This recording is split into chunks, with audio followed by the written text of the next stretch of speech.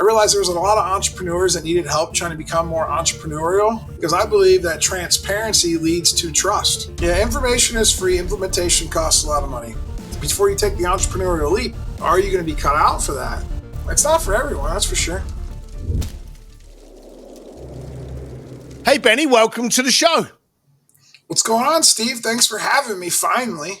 Finally, I know. Well, you pester a lot, don't you? So, look, full disclosure, we're buddies. We've known each other for a while. We're all members of Sims Distillery community. So we've known each other. We've known about the stuff that you've done within the world of contracting. You know, I'm a bricklayer. You kick around with Gary V. But there's a lot of kind of interesting stuff about you, and I want to come out with something which I hope doesn't sound insulting, but is direct. In today's world, when we look at marketing, we try to look at those big names in the industry. We look at the Gary V's. But the best marketing's being done by people who you spend your credit card with in your town. I've always said that if the guy that at my local dealership that's got my credit card that's always charging it for motorcycle parts, that's the best guy in marketing because he's got my commitment. Now, both of us come from contracting. Both of us wanted something different. Everyone knows my story if you don't Google it. But you, what started you going, well, hang on a minute, I don't just want to be in the contracting, roofing, guttering side of the world. There's something more. What was that pivotal change in you for you to go out and have those conversations about changing you? I believe it started... It started in 2017, I would say. I was 2 years into my entrepreneurial journey. I got hooked on drugs. I actually overdosed on fentanyl. You know, like I bought a fake pill online, did my little party line. Next thing you know, I was dead. And luckily, a friend had come over like 2 minutes afterwards. They called 911. I went to the hospital. Obviously, I'm still here. So I knew that I had something kind of going on inside of me that probably wasn't healthy, but I didn't really know how to fix it. And so for the next 3 years, I was aware that, like, man, God giving me a second chance at life. Like, I need to do something else. You know, I knew there had to be more than just selling roofs and running a really successful contracting company. But then COVID happened in 2020. So it was like 3 years later, there was like another pause where like I'm set still in my tracks. I'm looking around, didn't really like enjoy my life, didn't really think that, you know, I had a decent business going. I didn't really like the guy that was helping me run my business at the time, which was my fault. A lot of things, you know, I ended up getting divorced during COVID, and I still didn't know to figure out how. Like I couldn't figure out how to change my life. And then in 2021, I had just gotten through implementing EOS, the Entrepreneurial Operating System, you know, the Gino Wickman traction book, Rocket Fuel. And so I had a couple leaders on my leadership team, and I thought everything was going to be great. And I was on the golf course one day on a Saturday afternoon. Remember like it was yesterday. I hit a ball way far out of bounds, which I normally do because I'm not that good at golf. And I was sitting under this tree waiting for the rest of the people to get done putting on the green. And my sister called me, and she never calls me. And so I thought, you know, I might as well pick up the phone, see what she wants. I got a couple minutes before we got to go on to the next hole. And she told me that my little brother, David, who was about 12 years younger than me, got murdered, shot in the back of the head, and an apparent drug deal gone bad right outside of his apartment building with his little baby upstairs. And this is like in a suburban neighborhood. And at that moment, like when I thought life was good, right? My business was going good. I got this leadership team. I have, I don't know, I'm just in a good place in life, finally. This happens, and I'm like, man. So I get back from spending a couple weeks in Ohio with my family. I drove over there. I was there for 2 weeks and basically lived with my mom for a couple of weeks while they were going through everything. When I got back to Pittsburgh, I realized that my business did not miss me. They might have missed me, but they didn't miss me. Like they didn't miss a beat. They actually probably did a little bit better while I was gone than if I was there mucking things up. And so I kind of realized like this identity that I created at Big Fish Contracting Company and myself, that Benny has to be the guy and Benny has to do it all. And, you know, if Benny's not solving a problem, then nobody is. I just realized that like, I need to figure out something else. I need to figure out more of a purpose in my life. And so then I started to explore like what that looked like. And that's when that's kind of when all the universes came together.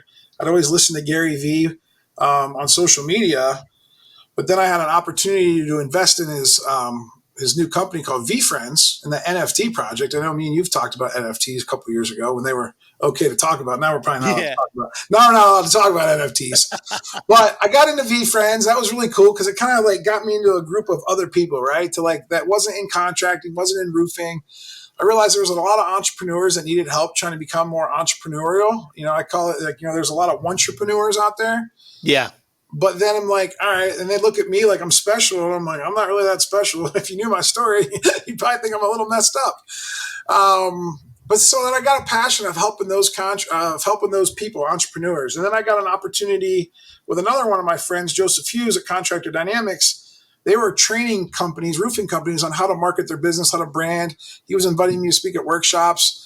So I started helping him more, right? Because I didn't have as much to do in my other business, in my real business, but I still wanted to give back.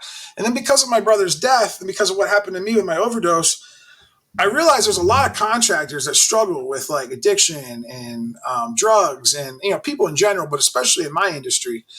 And I'm like, well, somebody's just got to go first. And like, somebody's got to start talking about this stuff. And I was really scared to tell my story. And that's one of the reasons why I started a podcast, is because I'm like, all right, well, if I can get stories from other people, maybe I'll practice myself up the courage to be able to share my story. And I remember one day, one of my other friends in the roofing industry asked me to come on his podcast, and I just let it all fly. And for the first time, I realized that people actually, that's what they cared about. They cared about that story, the one I just told you. And so that it caught on, and I started speaking at other events and on more podcasts. And like, here I am, I still have a roofing company, which, I'm only there about 2 hours a month, on a Zoom call. But I'm helping the industry. I'm training other roofing contractors. We started a mastermind similar to what you have at the distillery. Very similar format. Thank you for that. I basically, R&D'd that, ripped off and duplicated it. It's going good. We have over 50 members in there.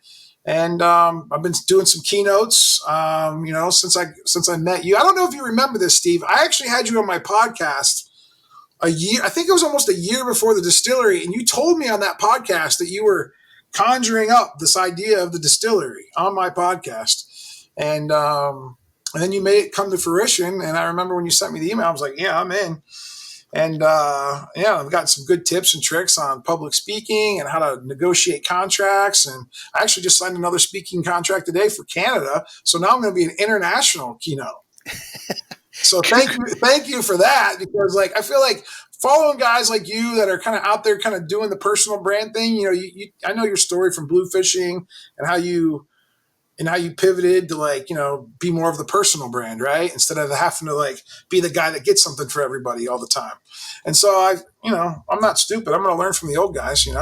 I'm interrupting this podcast for 35 seconds to give you more value. If you are an ambitious entrepreneur looking for the opportunity in everything you come across, don't just listen to this podcast. Imagine taking part in these conversations every week. Imagine having a new network of creative and disruptive entrepreneurs to support and push you into becoming the person you can be. With this high level and exclusive community, it exists. Head to simsdistillery.com to learn more.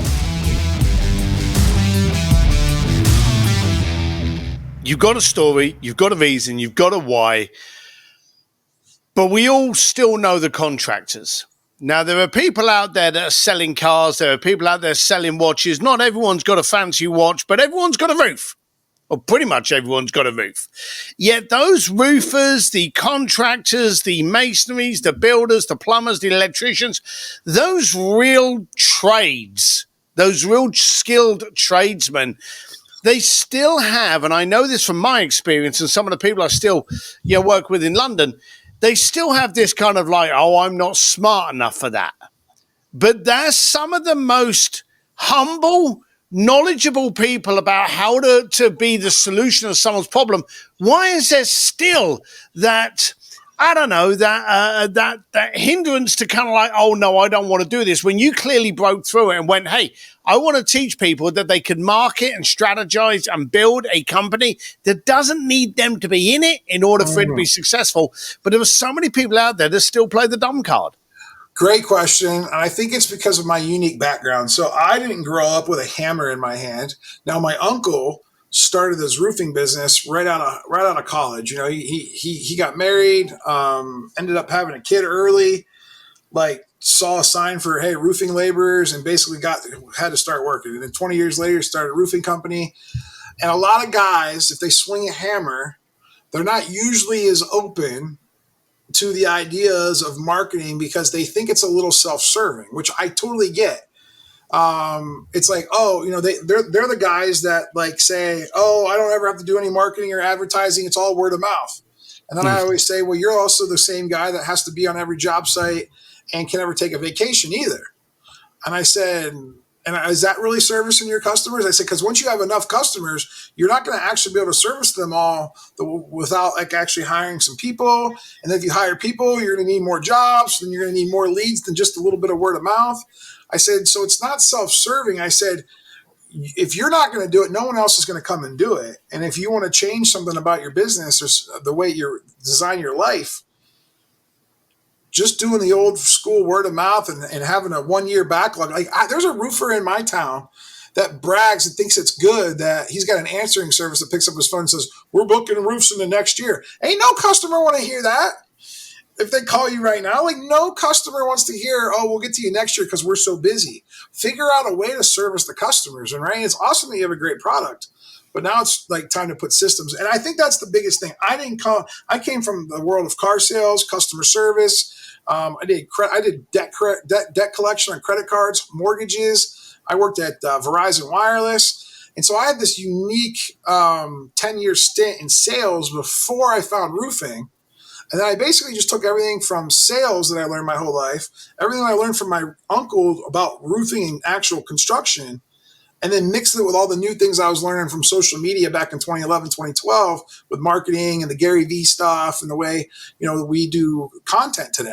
And I'm like, well, man, I just saw a gap in the industry. And I was like, it was easy to like turn the camera on my iPhone, shoot videos and go on Facebook Live and like start commenting on people's stuff. And I grew my business completely on Facebook, like from nothing, like from zero. So that makes sense because, our phone today, let's be blunt, our phone today recording quality is better than what Hollywood was shooting in like the 1980s and 90s. So we've got all of the studio we need literally in our pocket. So, there is no excuse for, oh, we don't have the relevant equipment. We've got that equipment, but you recognized you needed to start providing that content out there before you started doing that content. And you mentioned Gary Vee a few times. He obviously is a driving force. You've told me that, he's been a great inspiration to you and mentor to you. But who do you go out to actually get that inspiration from to control the kind of content for you to put out? So you mean like about my roofing company? Like, I think your roofing company is a byproduct of you. And I think your urge and I mean this well, your desperation to be better and to learn and consume, that hunger. And that's the problem. Usually when people become successful, they lose the hunger. There's the book, The Power of Broke by Damon John. He says that, when you're broke, you are hungry and sometimes desperate. Those things together engage creativity because you don't have the option to go, well, I'll spend 10 grand on Facebook ads. You have to get more creative because you don't have that 10 grand. So the power of broke is something to harness. With you, you're out there trying to feed and get more information and consume. Where do you look for it? I know Gary Vee, to quote your buddy, and I was with Gary in Puerto Rico, and someone said to him, who do you follow on social? And he said, I follow no one because I follow everyone. So I like that. It was no one in particular. He literally just followed everywhere to see where the fish were actually flowing to. So with you, where do you find that? Yeah, I don't really I follow, I listen, I follow guys like, I see Hormozy. I mean, these are newer guys though. These weren't guys back around. None of these guys were doing any of this stuff when I started my company in 2015. Gary probably was the only guy that was really out there doing it. And so it's more or less about taking my own personality, taking my own heart. I have a servant's heart. So like I really want, when I'm in my contracting business, it's like I want to educate the customer. I want to be able to tell the customer Like, I want to document what we're doing. I want to just show them what we're doing. I want to be as transparent as possible because I believe that transparency leads to trust. And so, and then after that, after I've kind of like solved that and I got some people at my company now doing that, now for me, it's like, oh man, I want to share all this information that I've learned, right? From the Gary V's, from the Steve Sims, from the Cameron Harolds, from the Alex Hormozis, all of these other people that I've been able to rub shoulders with and get more information. I think it's like I don't want to hold on to all that for me. Like, I just want to give it all out. So like, I want to share that content with business entrepreneurs and business people because it's so much more exciting and fun to do life with people that are doing it and doing it well and being successful than keeping it to myself and being some, old curmudgeon guy that has all the secrets, but like no one ever knows about them. And so that's why I love just, sharing is caring. And so that's why I named the Big Fish Cares podcast, The Big Fish Cares, because I really do care and I love sharing information. Sharing information is one thing. Getting people to action it is another thing. The amount of times I've had an hour-long conversation with someone, then contacted them 6 months later. I had one literally this morning. I was coaching him for a while. He felt overloaded, so we ended the coaching. Contacted me today saying, I want to chat. And I said, how did you do with the tips? Never put anything in action. It's like 1 or 2 years later. So how do you get people from spreading the information to getting them to actually action it? Yeah, information is free. Implementation costs a lot of money. Because usually what happens is somebody's got to be at a point in their life where, and it's usually a negative thing. So it's usually either a rock bottom moment or something bad happens to where they have to actually make a change. Most people struggle if things are like kind of okay, like complacency is the killer. I know that's a common thing, but like, if you don't have a strong enough why and a strong enough vision to go forward to like propel you with some positivity, unfortunately, you're going to have to wait till something bad happens. And then guess what? Then that advice that you gave them, he'll hopefully remember and then be able to go back and implement it later. But most people get overwhelmed with their capacities are full, right? They're running like a chicken with their head cut off. They're dealing with customers, they're dealing with employees. Oh, by the way, they have a family at home, which is a whole other business, right? You got people, you got your wife, you got your husband, you got your kids, you got your mom and dad if they're still around. Like, you're dealing with all that. You still got groceries and laundry, and like you're literally dealing with that world and then your business world, and then if there's a little bit of time left, maybe you get a little bit of you time. And I guarantee most entrepreneurs are not taking any you time at all because they've just been out there trying to, make it happen. And that's a tricky part. I think that like you're going to just have to know that like maybe like 1 out of 10 that you give the information to are actually going to do something about it. But like that's just the nature of humans. I don't think that has anything to do with entrepreneurs or I think that's people in general. I think it also is the difference between the entrepreneur and the wantrepreneur. You mentioned the wantrepreneur earlier. The wantrepreneur wants it, but not willing to do it. He thinks it's very rosy to be driving around in a car you want and doing the time you want and flying around the world you want, but they don't see the ugly shit.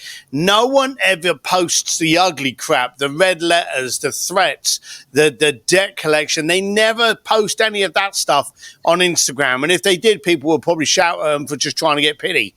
But the bottom line of it is every single entrepreneur has had those dark days. Every single entrepreneur has slept badly at night, knowing that they've got to hit payroll on Friday, but that mortgage has also got to be paid. So what do? Pay the mortgage or keep the staff going?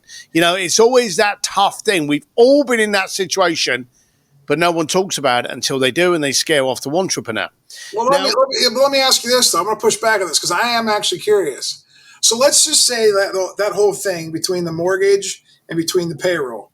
If I would go to talk about it, I have humans that are watching that don't have the capacity or the ability to be able to take that information.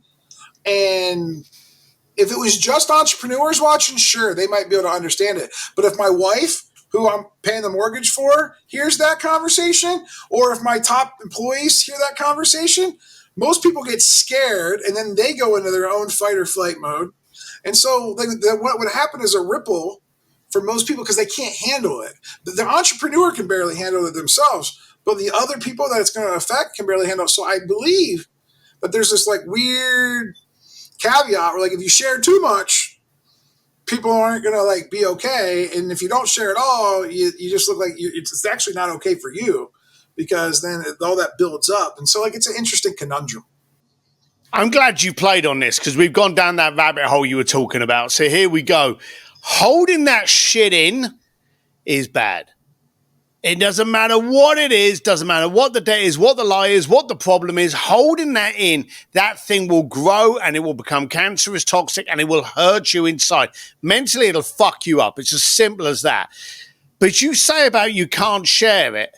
I disagree. The statement needs to be you can't share it to everyone. There you go. But Publicly. you need, well, like on Instagram, those too much. But like in a private little group full of other entrepreneurs, like a mastermind or like the distillery or my arena mastermind with the contractors, like that is the perfect little cubicle or like office space for that talk, right? Or with a therapist one-on-one if you feel more comfortable. Things like that will kind of get you primed up for that.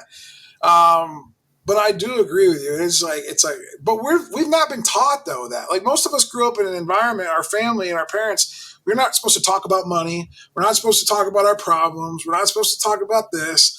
And it was so, now that I'm learning, it's like so contradictory. We actually should have been talking about all that stuff more. Oh yeah. And we wouldn't be in such of the pain that we are today.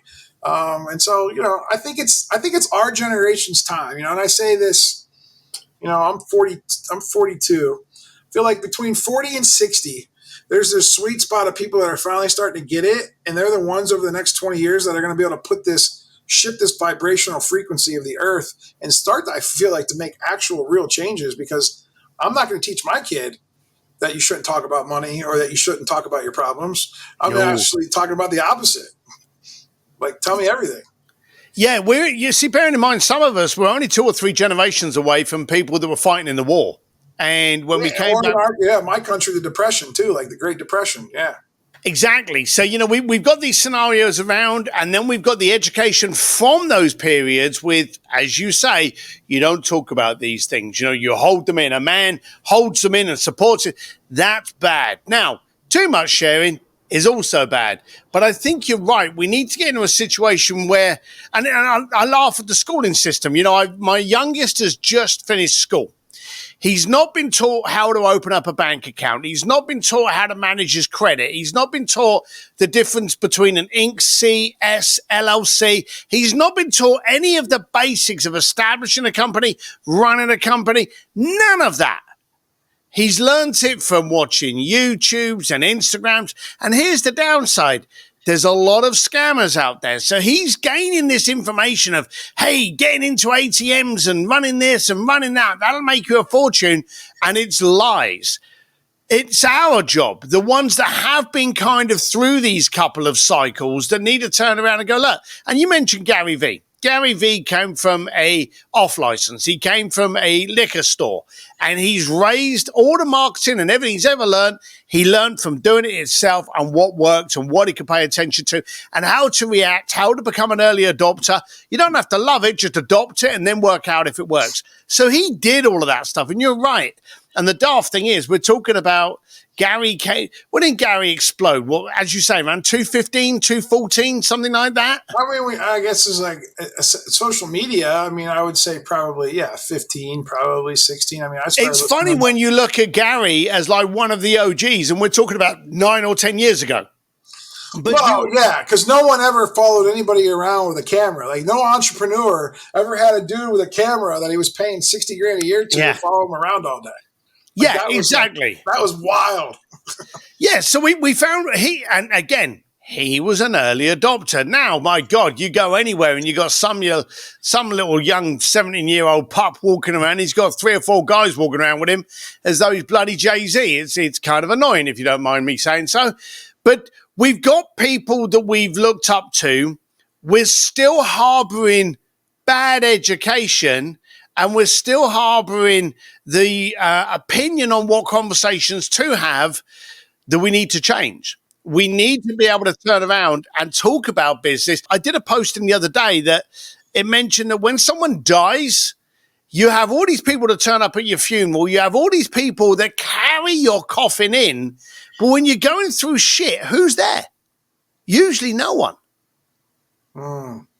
Yeah, I believe that's the more I've realized this, and I'm a parent now, and I know that you're obviously a parent. I believe that it starts with mom and dad being the person to be able to kind of transfer that energy or that education. I think for a long time, at least in America, we still everyone was like work, work, work, work, work, and so all these parents are off. Two parents are out working, grinding, and they're just kind of almost like robotic in a way, like capitalism made them robotic. And it wasn't the entrepreneur side. It was like the worker, the employee side, right? Like they go do this, they go work from 8 to 5 every day. They're not thinking about teaching anybody about checking accounts or like No. how to do any of that stuff. And the other thing is when they don't teach you about me and you like to talk about business, and we wish they'd taught our kids a little bit of business, but only one out of I'm friends with Dr. Doug Brackman that wrote the book Driven. He said only like 1 out of 12 of us are like actually like even got the genetic makeup to even become an entrepreneur. And that's if we don't self-sabotage ourselves and to get there. Right. And so, that's why they probably can't teach it to everyone because everyone's not actually wired, to be to an entrepreneur. So to speak to the entrepreneur versus entrepreneur, the one book I always tell people to read it's a book called E-Leap, E-Leap. And it'll kind of tell you like, hey, are you cut out for this before you like take the leap, before you take the entrepreneurial leap? Like, are you going to be cut out for that? And, because I talk to a lot of people that I try to be nice. I know Steve would be like, you're not an entrepreneur, go back and get a job.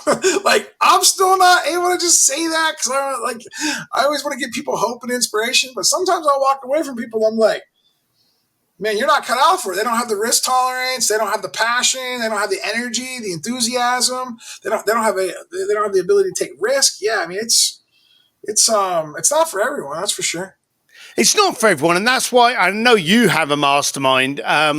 I know you. We'll actually talk about the mastermind in a minute. But like Sims Distillery and like when we do speakeasies, I'm a great believer in when you put your net out to capture everyone in a conversation, you capture nobody. Sure. You've really got to drive down to, hey, I'm on contracting, I'm in this, I'm in marketing, I'm in branding, and I want to have a conversation with someone that has a problem in this arena. So you've really got to focus down. You launched a mastermind. How long have you been running the mastermind? Since the end of November last year. So we've just passed over, 7 months. Why? Why did you start it? Well, because there's actually a couple of different reasons. The first reason was I was getting too many people that wanted to pick my brain and too many like DMs and like people that wanted a coffee or meet up or Zoom calls. And so I was doing a lot of that, right? Because I'm really giving with my time and really like I always wanted to help everybody.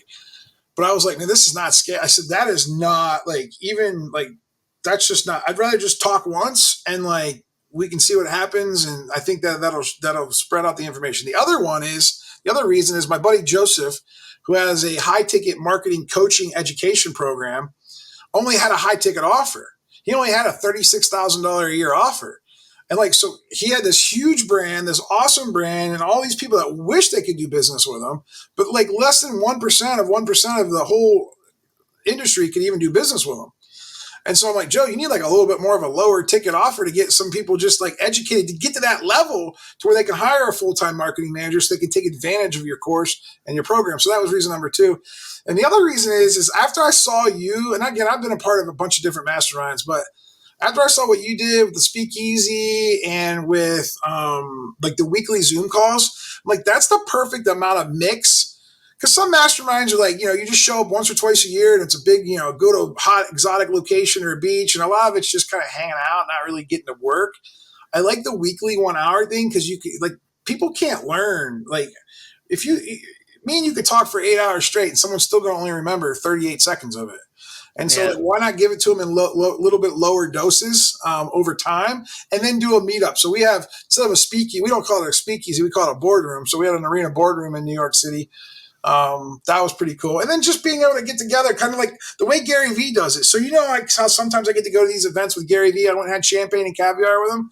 So that's a part of the V Friends community. That's like this activation where it says like, hey, like, I'm going to be over here. Like, I want 30 of you that have this token can come over here. Right. And so we kind of do that in the roofing industry. Hey, Benny and Joe are going to be at a conference. If you're going to be there and you're a part of the arena guess what? We're buying dinner, drinks, like everything. Like it's more community, but we're building community, but we're also going out to them, and then they also can come to us. And so it's kind of like, I don't know, hanging out with friends in real life and just doing life together.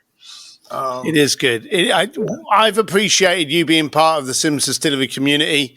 I've appreciated getting to know you. You know, we hung out in the speakeasy in New Orleans, and I know we cross paths again in future speakeasies.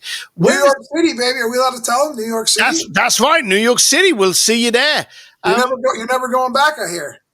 East Coast, look, I'm getting too old for too much travel. So I've just decided there's enough damage I can do over here on the West Coast before I got to start worrying about any more I can do over there. So, yeah, this New York one's going to be the last one for a considerable time until, I fall in love with doing something over there, but I doubt it for a while. Do you know I'm coming to LA on August 8th? I'll be in LA. And I was actually going to hit you up. I was going to see if your youngest son's still around. My son's going to be with me. He's 10 though. He's probably a little bit too young to hang out for too long of a period of time. But I think it'd be cool for him to see what life is like, in LA, just from another kid's point of view, what life is like living with an entrepreneur, because I always wonder. That is tough. Yeah. What that's like, I know Henry's more entrepreneurial. Your youngest son, I think I met him. He was kind of there for content purposes, right? Like he's going to start getting into content. So yeah, I don't know, man. I'm going to be out there for VCon, August 8th through the 11th. We should hang out. Keep us posted. DM me where you're going to be. Having kids in an entrepreneurial family is tough. I've got 3 kids. Henry never wanted to be an entrepreneur, but he's definitely a serial entrepreneur now. George kind of on the cusp. He hasn't made his mind up yet. He's got other focuses. And my daughter, I couldn't be further away from wanting to be an entrepreneur. She just wants to party and have fun at the moment and create trouble. So it is funny what kids actually go through. But again, as an entrepreneurial parent, you've just got, like any parent, you've just got to do the best you can and pray that they turn out better than you. That's what any parent wants. They want their kids to be better than themselves. So let's just hope that works. Benny, where's the best place for people to follow you and find out more about you? BennyFisher.com. It's really not that hard, is it? For God's sake, BennyFisher.com. You can go over and find out about him and the big fish himself. You'll often see pictures of him with Gary V, who those two have got quite chummy over time. And Benny, I'll see you in LA and then New York. Thanks for being on the show. Thanks, Steve. Hey, thanks for listening to the podcast. You know what to do. If you love it, share, subscribe, but more than anything, do something with it. And remember, life's too short to play it safe. So disrupt, connect, and grow. See you next time.